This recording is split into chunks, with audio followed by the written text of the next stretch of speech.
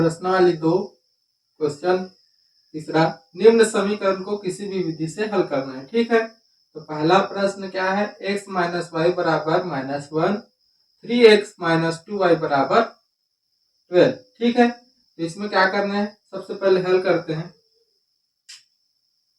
हल इसी को लिख लेते हैं, x माइनस वाई बराबर -1, 3x माइनस 2y बराबर 12। समीकरण 1 समीकरण 2 मान लेते हैं। ठीक है, अब लिखते हैं उपरोक्त समीकरण की तुलना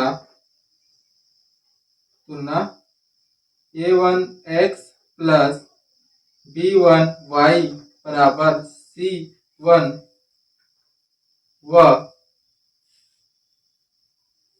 a2x प्लस b2y बराबर c2 से करने पर। ठीक है, इस समीकरण को क्या मानना है, पहले इसको a1, इसको b1, इसको c1 और दूसरा समीकरण को a2, b2, c2 सबसे पहले इसको मानना है। ठीक है, तो मान लेते हैं। चलो a1, तो a1 क्या होगा, देखो x है तो कुछ नहीं मतलब 1 रहेगा। b1 माइनस का y है तो मतलब क्या रहेगा, माइनस का 1। c1 तो c1 देखो -1 है तो माइनस का 1। ठीक है, b1 नहीं a2 3 है, 3 कर देंगे। b2 माइनस का 2y है तो माइनस का 2। c2 12। ठीक है, अब इसमें क्या करना है, सबसे पहले a1 और a2 को भाग करना है, a1 बटे a2 करना है। ठीक है, तो देखो a1 का मान 1 और a2 का मान 3 और हल होगा क्या, नहीं होगा, इतना ही छोड़ दो इसको। अब उसके बाद करना है, उसके बाद फिर b1 b2 करना है, b1 और b2। तो देखो b1 का मान कितना है, माइनस का 1 और b2 का माइनस का 2। तो देखो माइनस माइनस तो कट जाएगा, फिर 1/2। तो देखना है इसमें क्या देखना है, ये दोनों सेम आ रहा है कि नहीं आ रहा है, इसको देखना है, चेक करना है। ठीक है, तो देखो 1/3 आया है a1 a2 का मान, b1 b2 का मान क्या है 1/2। तो अब लिख सकते हैं a1 बटे a2 बराबर नहीं है b1 b2 के। तो ऐसे कंडीशन में क्या होगा, अद्वितीय हल होता है। ठीक है, जैसे इसमें इस कंडीशन में क्या होता है, अद्वितीय हल। अतः समीकरण निकाय का अद्वितीय हल है, अद्वितीय हल है। ठीक है, तो अद्वितीय हल रहता है तो x और y को मान निकालना पड़ता है। ठीक है, निश्चित रहता है। और बता देता हूं और कौन कौन कंडीशन में होता है करके, a1 बटे a2 बराबर b1 b2 बराबर c1 बटे c2 और ये वाला रहेगा। तो इसमें क्या होगा, कोई हल प्राप्त नहीं होता है। ठीक है, कोई हल प्राप्त नहीं होता है। और जब पूरा सब समान रहता है, a1 बटे a2 बराबर b1 b2 बराबर c1 c2, इसमें क्या होता है, अंतः अनेक हल वाला अनेक हल प्राप्त होता है इसमें। ठीक है, इतना समझ गए होगे। जब ये अद्वितीय हल आता है तो क्या करना पड़ता है, x और y का मान निकालना पड़ेगा। तो x और y का मान निकालेंगे तो क्या करेंगे, समीकरण को मानकर चलना है। तो इसको कौन सा विधि से हल करेंगे, विलोपन विधि से हल करते हैं। ठीक है, विलोपन विधि सरल रहता है, विलोपन विधि। ठीक है, विलोपन विधि में क्या करते हैं, समीकरण 1 और 2 को क्या करते हैं, जोड़ते या घटाते हैं। ठीक है, तो जोड़ने घटाने से पहले ध्यान देना है कि समीकरण का फर्स्ट जैसे 3x है तो ये भी क्या रहना चाहिए, 3x रहना चाहिए। ठीक है, जैसे x है तो ये भी x रहेगा तो कोई दिक्कत नहीं है, सेम रहता है तो कोई दिक्कत नहीं रहता है, सेम नहीं है तो क्या करना पड़ता है, सेम बनाना पड़ता है। ठीक है, तो सबसे पहले लिख लेते हैं विलोपन विधि। तो समीकरण x माइनस वाई बराबर -1 3x माइनस 2y बराबर 12। समीकरण 1, समीकरण 2। तो सबसे पहले क्या करेंगे, समीकरण 1 से में 3 का गुणा करेंगे तो सेम हो जाएगा समीकरण 2 के जैसे। फर्स्ट संख्या को सेम करना रहेगा बस, ठीक है, इससे वो सरल हो जाएगा। समीकरण कर सकते हैं, समीकरण 1 में 3 का गुणा करने पर ठीक है, गुणा कर देते हैं समीकरण 1 में, x माइनस वाई बराबर 3 इंटू माइनस 1, ठीक है। तो 3x हो जाएगा माइनस 3y हो जाएगा, और 3 से गुणा करेंगे तो 3 माइनस 3 हो जाता। इसको समीकरण अब क्या देते हैं, 3 दे देते हैं, ठीक है, इतना समझ गए।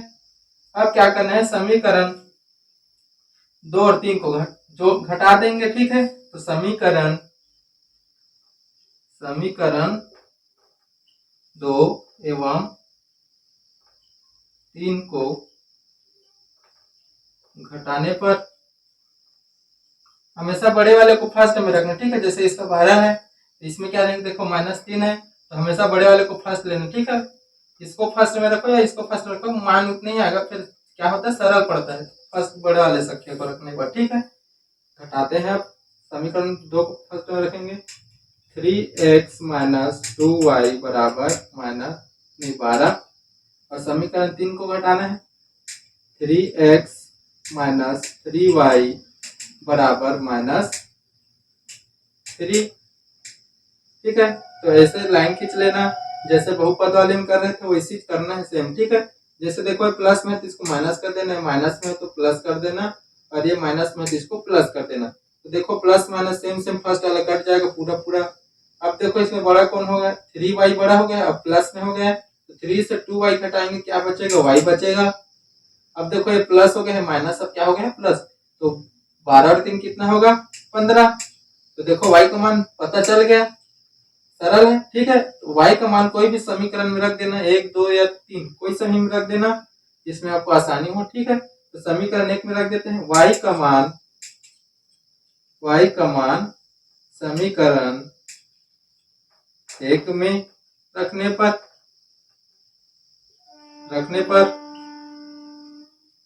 तो y का मान समीकरण 1 में रख देते हैं, x माइनस वाई बराबर -1।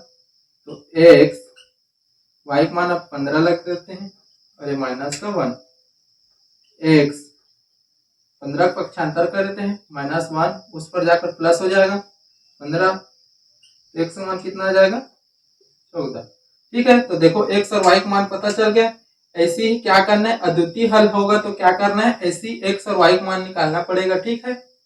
प्रश्न दूसरा, x माइनस 2y बराबर 5, 2x माइनस 4y बराबर 6।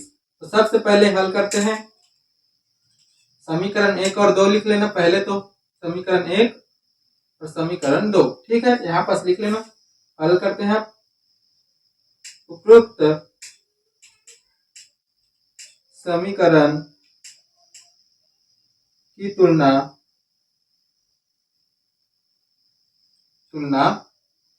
a1 x b1 y c1 व a2 x b2 y बराबर c2 से करने पर,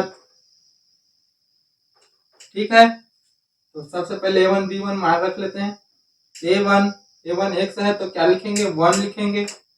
b1 माइनस का 2y है तो माइनस का 2 लिखेंगे, और c1 5 है, 5 लिखेंगे। a2 2x है तो 2 लिखेंगे।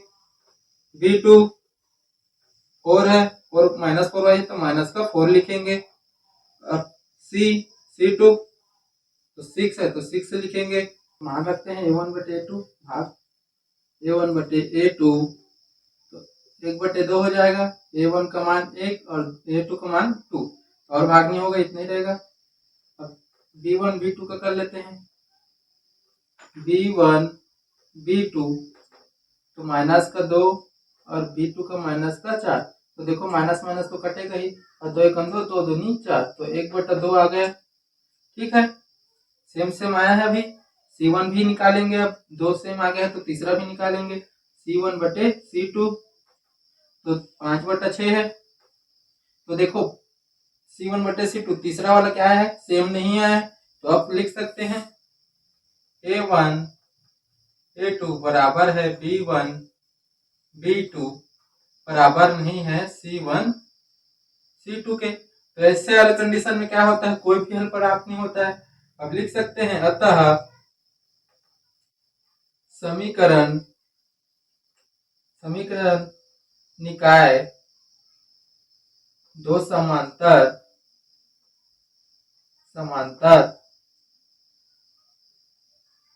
रेखाएं प्रदर्शित करता है, तो कोई हल प्राप्त नहीं होता है। ठीक है, इसमें क्या करना है, बस ऐसे लिख कर छोड़ देना है। ठीक है, यही क्या हमारा आंसर है। ठीक है, इसको आगे हल करने की कोई जरूरत नहीं है। अद्वितीय हल आता है तभी x और y का मान निकालना है। जैसे कोई भी हल प्राप्त नहीं होता है और अनेक हल वाला होगा तो क्या करेंगे, ऐसे लिख कर यहाँ तक छोड़ देंगे। ठीक है।